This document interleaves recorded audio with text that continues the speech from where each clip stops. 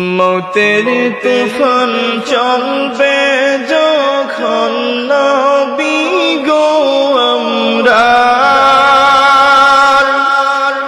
মৌতের তুফান চলবে যখন নবী গো আমরার,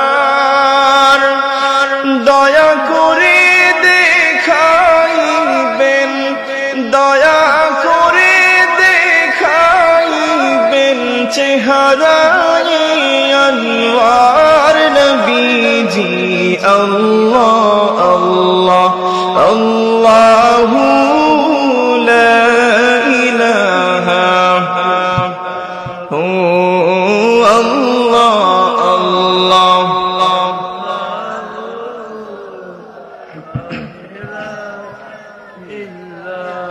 আপনাকে দেখলে নবী গো দুজখ হয় হারাম। কথা বলেন ঠিক কিনা? রাসূল করিম সাল্লাল্লাহু আলাইহি ওয়াসাল্লামের দিদার যদি কারো একবার নসিব হয়, আল্লাহ সুবহানাহু ওয়া তাআলা তার জন্য জাহান্নামের আগুনটাকে হারাম করে দেন। কন্যা সুবহানাল্লাহ। আর জোরে বলি আল্লাহু আকবার।